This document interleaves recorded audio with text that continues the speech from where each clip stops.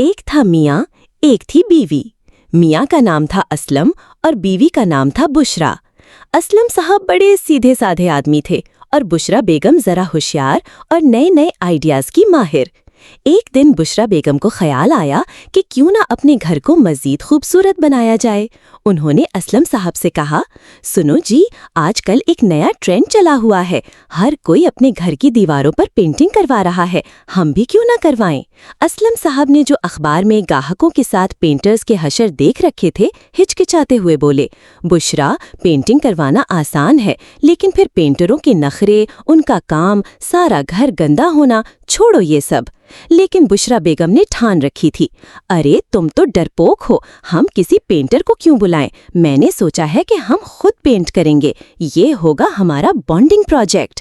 اسلم صاحب کا ماتھا ٹھنکا، bonding project? بشرا، میری تو پہلے ہی تمہارے ساتھ اچھی بانڈنگ ہے، یہ پینٹ کر کے کیا توڑنی ہے؟ چپ رہو، تم سمجھو گے نہیں، یہ مزہ آئے گا، بشرا بیگم نے حکم سنا دیا۔ اگلے دن بشرا بیگم بازار سے پینٹ، برش اور رولر لے آئیں۔ اسلم صاحب کو سلیب پر چڑھایا اور بولیں، دیکھو جی، تم اوپر کی چھت اور دیواروں کے کونے پینٹ کرو گے اور میں نیچے کا حصہ کروں گی۔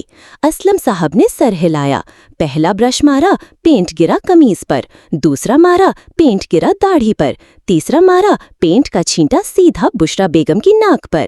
بشرا بیگم غصے سے لال پیلی ہو گئیں۔ اسلم، کیا کر رہے ہو؟ اندھے ہو گئے ہو؟ اسلم صاحب مسکین صورت بنا کر بولے، بیگم، یہ پینٹ ذرا اڑنے والا ہے۔ بشرا بیگم نے منہ بنایا اور پھر خود پینٹ کرنے لگیں۔ ابھی آدھی دیوار ہی کی تھی کہ فون کی گھنٹی بجی۔ بشرا بیگم نے جلدی سے فون اٹھایا، ہیلو، ہاں سمیرہ، کیا حال ہے؟ اور بات کرتے کرتے وہیں دیوار سے ٹیک لگا کر کھڑی ہو گئیں۔ جب انہوں نے فون بند کیا اور پیچھے ہٹے تو دیوار پر ان کے پورے پاؤں کا نشان چھپ چکا تھا، وہ بھی پینٹ سے لت پت۔ اسلم صاحب نے کہا لگایا، ارے واہ بشرا، یہ کون سا ڈیزائن بنایا ہے؟ بیگم کی واک؟ بشرا بیگم نے انہیں گھورا اور پھر کہنے لگیں، چپ کرو تم، یہ سب تمہاری وجہ سے ہوا ہے، تم نے مجھے اچھی طرح گائیڈ نہیں کیا۔ خیر، شام تک سارا گھر پینٹ ہو چکا تھا، لیکن یوں لگ رہا تھا جیسے بچوں نے ہولی کھیلی ہو۔ فرش پینٹ سے اٹا ہوا، دیواروں پر عجیب و غریب نشانات، اور سب سے بڑھ کر اسلم صاحب اور بشرا بیگم خود پینٹ میں نہائے ہوئے۔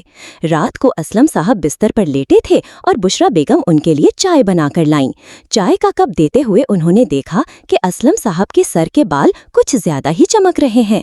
بشرا بیگم نے جھک کر دیکھا تو پتا چلا کہ اسلم صاحب کے بالوں میں نیلا پینٹ لگا ہوا تھا، جو انہوں نے سلیب سے اترتے ہوئے غلطی سے چھت سے رگڑ لیا تھا۔ بشرا بیگم ہنس ہنس کر لوٹ پوٹ ہو گئیں، اسلم، تم تو نیلے بالوں والے شہزادے بن گئے ہو، اب یہ پینٹ کیسے اترے گا؟ اسلم صاحب نے لمبی سانس لی اور بولے، بس بیگم، میری تو شامت آ گئی ہے، آئندہ بانڈنگ پروجیکٹ کے لیے صرف چائے کافی ہے۔ اور اس دن کے بعد اسلم صاحب نے قسم کھا لی کہ وہ صرف اور صرف اسلم صاحب کا ہی کام کریں گے، بشرا بیگم کے کسی نئے آئیڈیا میں ہاتھ نہیں ڈالیں گے۔ امید ہے یہ کہانی آپ کو پسند آئے گی اور آپ کے چہرے پر مسکراہٹ لائے گی۔ کیا آپ اس سے ملتی جلتی کوئی اور کہانی سننا چاہیں گے؟